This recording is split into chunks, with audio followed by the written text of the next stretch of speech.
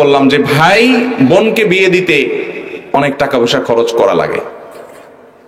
ইন্ডিয়ানদের মধ্যে, ইন্ডিয়ান কোন এলাকাতে অনেক এই অভ্যাসটা, এই আপনার বদ অভ্যাসটা এবং এই বদ কালচারটা অনেক শক্তভাবে গেঁথে আছে, গেড়ে আছে।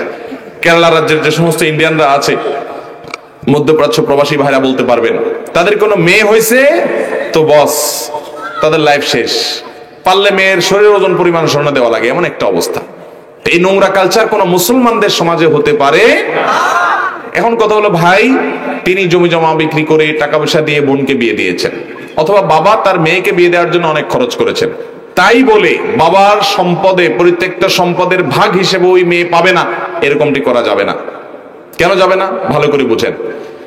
একজন বাবার আল্লাহ তাআলা তিনটা সন্তান দিচ্ছেন, তিনটা ছেলে দিয়েছেন। একটা ছেলের শরীরে এমন একটা রোগ হয়েছে, যে রোগের কারণে লক্ষ লক্ষ টাকা খরচ হয়ে গেছে, তাই বলে সে কি সম্পদ পাবে না বাবা মারা যাওয়ার পরে?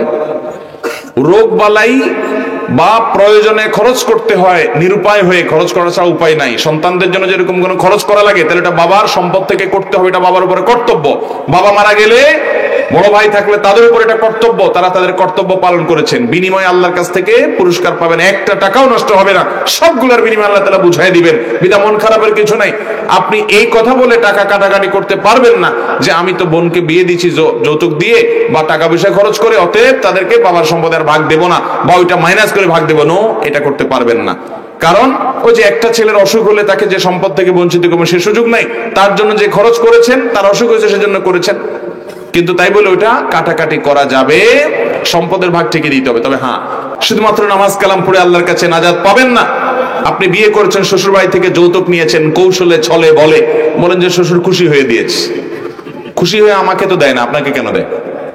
আপনার শ্বশুর খুশি হয়ে আপনাকে যে খাট কিনে দিছে, কই আমাকে তো একটা খাট দিল না যে হুজুর আপনার একটা খাট কিনে দিই। আচ্ছা আমি না, হুজুর মানুষ আমাকে দিবে, আর অন্যদেরকে তো দেয় না।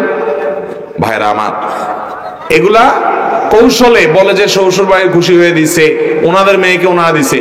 এবার মূল প্রশ্নে আসি, দুঃখজনক সেজন্য কথাগুলো